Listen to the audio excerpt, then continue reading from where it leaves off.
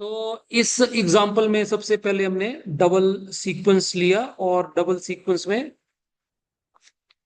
पहले हमने m को वेरी किया तो हमारे पास 1 आया, फिर हमने n को वेरी करवाया इसके ऊपर तो 1 आया। नाउ अब हम सबसे पहले m को फिक्स रखेंगे और n को वेरी कराया, सो n को इन्फिनिटी को टेंड कराया, तो आप खुद ही देख लो यहाँ पे हमारे पास limit n tend to infinity m upon m plus n आएगा। अगर n इन्फिनिटी को टेंड करेगा स्टूडेंट तो क्या आएगा हमारे पास 1 m upon infinity m plus infinity. तो इन्फिनिटी में कुछ भी ऐड करें तो इन्फिनिटी बनेगा और m अपॉन इन्फिनिटी 0। पर ऐसे लिखना नहीं है ना, we avoid this what for the better understanding, because is not we not putting n equal to infinity, is tending to infinity, so it tend to 0 not equal to n। okay, so it is इसका सही interpretation वैसे ये है student कि n infinity को tend कर रहा है तो दोनों तरफ m ऐड कर दो, दोनों तरफ m ऐड कर दो, ये इंटरप्रिटेशन है वैसे इसकी। तो इट विल डेफिनेटली इन्फिनिटी में कुछ ऐड करें तो इन्फिनिटी आएगा। ओके, अब ये इन्फिनिटी को टेंड कर रहा है तो definitely 1 over m plus n किसको टेंड करेगा 0 को टेंड करेगा। ठीक, और दोनों तरफ m से मल्टीप्लाई कर दें तो m over m plus n is tending to 0। ये इंटरप्रिटेशन है इसकी एक्चुअल में। ओके, सो यहाँ पे तो पहले स्टेप पे 0 हो गया, अभी तो हमने m को वेरी कराया तो m तो पहले से एलिमिनेट हो गया। अब नाउ ये 0 आ गया, अब m से ऑपरेट कर दिया हमने तो 0 है। आप खुद ही देख लो कि हम पहले m से ऑपरेट किया फिर n से ऑपरेट किया तो वैल्यूज इसकी आई 1, और पहले हमने n को ऑपरेट किया फिर m को किया तो value I 0। So it means that this is again very very important कि कौन सी लिमिट पहले लेनी है कौन सी बाद में लेनी है, तो रिजल्ट सेम आएंगे कि नहीं आएंगे। तो यहां पे तो नहीं आए same, so there may some conditions in which order of limits immaterial, mean to say that हम पहले m को वेरी कराएं फिर n को करें या पहले n को करें फिर m को करें, रिजल्ट सेम आता है। तो वो किस पे डिपेंड करेगा, सीक्वेंस के ऊपर। तो सीक्वेंस किस तरह की होनी चाहिए कि जिस जिस पे लिमिट का ऑर्डर मैटर नहीं करेगा। तो एक क्वेश्चन तो हमारे पास ये बन गया, इसका आंसर ढूंढना है हमने। ठीक, now move further. This is the second question. इसमें भी एक प्रॉब्लम होगी, डिस्कस करेंगे हम इसमें क्या प्रॉब्लम है, फिर उनका हम आने वाले सेक्शंस में हम उसका आंसर ढूंढेंगे। तो इसमें देखो, इसमें फंक्शन आपको गिवन दिया है और इसमें डबल सीक्वेंस नहीं है, इसमें ओनली n है और एक x है। तो definitely this is sequence of functions. जहां पे n और x है तो फंक्शंस का, और जहां n नहीं हो वहां पे नंबर की। Okay, so x is real number, x का डोमेन दे दिया, और नेचुरल n तो हम नेचुरल नंबर होता है वो हमें पता ही है। पर यहाँ पे n ने इसने 0 से स्टार्ट करा है तो इट्स ओके। अब यहाँ पे हम 0 भी ले सकते हैं। तो this is not he is considering series, summation लगा दिया इसके ऊपर, तो सीरीज इसकी क्या बनेगी लाइक दिस। तो सीरीज दिस, तो सीरीज मीन सम। तो अब टर्म का सम में देखो, n की वैल्यू 0 पुट करेंगे तो फर्स्ट टर्म आ गई, ये सेकंड टर्म आ गई, थर्ड टर्म आ गई। तो अगर आप इसको ऑब्जर्व करें तो क्लियर सी बात है, this is GP, geometric progression हो रहा है। फर्स्ट टर्म a आ जाएगा, first term a is equal to x square, और अपना r आ जाएगा 1 over 1 plus x square, this is r। तो इनफिनाइट टर्म्स हैं तो सम क्या होगा a upon 1 minus r, this is a formula. तो इसको कैलकुलेट कर देंगे तो this is a upon 1 minus r, सो इसे सिंप्लीफाई करके 1 over x। So it means that this sequence is converse to 1 plus x square. ये देखो, इसका मतलब ये सीक्वेंस स्टूडेंट कन्वर्ज कर रही है, सीक्वेंस नहीं सीरीज। सीरीज जो है वो एफ एन जो है वो कन्वर्ज कर रही है, किसको कन्वर्ज कर रही है? 1 + x² को। Okay, so this is the simple one. तो इतना आपको क्लियर हो गया कि ये सीक्वेंस चलते चलते थक गई, किसके ऊपर थक गई है? 1 + x² पे आगे बढ़ी ही नहीं, 1/1 + x² के ऊपर आके स्टक हो गई, तो इसको कन्वर्ज करा। इसका मतलब ये हुआ है, इस सीरीज का सम जो है 1/x² से आगे बढ़ा ही नहीं, तो 1/x² को कन्वर्ज कर रहा है, ये मतलब है इसका। नाउ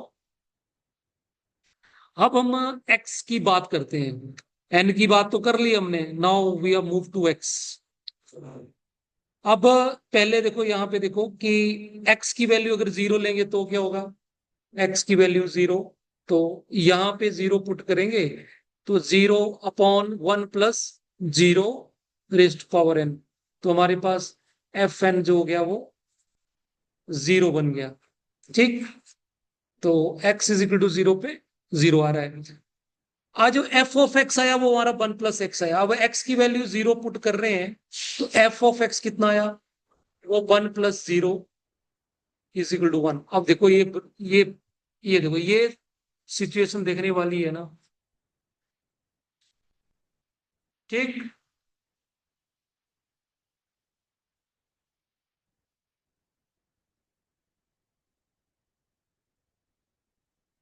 तो अपना यहां पे सम तो 1/x² बन रहा है, पर अगर हम, अच्छा इसमें हम फॉर ये सम निकालेंगे ना स्टूडेंट, ये नॉन जीरो के लिए निकालेंगे। अगर x 0 होगा, हाँ ये ठीक है स्टूडेंट, x 0 होगा तो पहली टर्म क्या बनेगी? 0। दूसरी टर्म क्या बनेगी? 0। तीसरी टर्म 0। अब 0 + 0 + 0 आएगा, ठीक है, तो सम भी 0 ही आना, तो यहाँ पे एफ ऑफ एक्स 0 लिख सकते हैं, ये 0 होगा। ये जो सम निकाला 1 + x², एफ ऑफ एक्स हम लिख रहे हैं, ये तब होगा जब x नॉन जीरो होगा। तो this is for when x is not equal to 0। तो यहां पे लिखा है for x not equal to 0 the series converge to 1 + x²। ये क्लियर हो गया बात? तो ये एफ ऑफ एक्स की वैल्यूज आ गई, सुन ये लिख दी। एफ ऑफ एक्स 0 आया when x 0 होगा, और जब x 0 नहीं होगा तो इट विल बी 1 + x²। तो फंक्शन की दो वैल्यूज आ गई। और आप ये देखो स्टूडेंट यहाँ पे, अब आप ये बताओ ये फंक्शन कॉन्टिन्यूस है क्या? ये वाले जो फंक्शंस थे, हमारे पास दो तरह के फंक्शन थे स्टूडेंट। एक तो फंक्शन हमारा ये था n(x)(x²/1 + x² raised to power n, और दूसरा फंक्शन अपना ये बन गया। ये जो फंक्शन थे, फंक्शन क्या थे मतलब, जैसे n की वैल्यू 1 पुट करेंगे तो that will be x²(1 + x²), एक ही हो गया। x²/1 + x² का स्क्वायर, x²/1 + x² का पावर 3। ये सारे फंक्शन स्टूडेंट कॉन्टिन्यूस थे, ये भी कॉन्टिन्यूस, कॉन्टिन्यूटी कॉन्टिन्यूस, क्योंकि 0 पुट करेंगे तो 1 आएगा, इधर भी 1 आएगा। ठीक, बाकी भी इसकी ग्राफ बन जाएगा, कॉन्टिन्यूस रहेगा। लेकिन जो अपना जिसका सम आया वो स्मॉल एफ ऑफ एक्स आया, अब उसको चेक करो। 0 के ऊपर इसकी जो लेफ्ट हैंड लिमिट आएगी, लेफ्ट हैंड लिमिट 0 के ऊपर एफ ऑफ एक्स की वो आई 0, और 0 के ऊपर राइट हैंड लिमिट वो आएगी 1।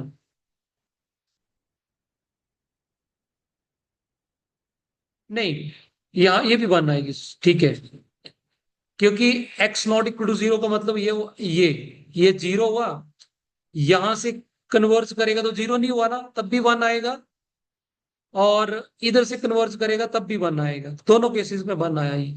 तो left hand limit right hand limit exist करेगी, left hand limit right hand limit 1 आएगी। तो ये साथ में एफ ऑफ 0 के बराबर आना चाहिए तो कंटिन्यूस होगा, और एफ ऑफ 0 कितना है? 0। तो ये लेफ्ट हैंड लिमिट 1 आया था, ये 1 आया था, और एफ ऑफ 0 हो गया 0। So this is not possible. 1 is not equal to 0. That's why this is not continuous. इसका मतलब क्या हो गया स्टूडेंट? इसका मतलब ये हुआ हो गया कॉन्टिन्यूस फंक्शंस की जो सीरीज है वो जिस फंक्शन को वो कन्वर्स करेगी सीरीज, वो कॉन्टिन्यूस होगा कि नहीं होगा ये जरूरी नहीं है कि वो कॉन्टिन्यूस होने वाला है। वो मे और may not be continuous. This is the very simple example. और ये एग्जाम्पल आपको कहीं ना कहीं याद रखने चाहिए। और इसमें हमने क्या देखा कि फंक्शन जिसको कन्वर्ज कर रही है, फंक्शन नहीं, सीरीज जिस फंक्शन को कन्वर्ज कर रही है वो जीरो पर कॉन्टिन्यूस ही नहीं है। हालांकि जो इसकी ओरिजिनल सीरीज थी वो जीरो को कन्वर्ज कर रही थी, क्योंकि जीरो ठीक फंक्शन, इसके हर टर्म जो था फंक्शन जो था वो कंटिन्यूस था। तो आज के लिए इतना काफी है, बाकी हम कल डिस्कस करेंगे। कल तो छुट्टी रहेगी, तो फिर सभी को विजयदशमी की हार्दिक शुभकामनाएं। ओके देन, फिर हम नेक्स्ट छुट्टी की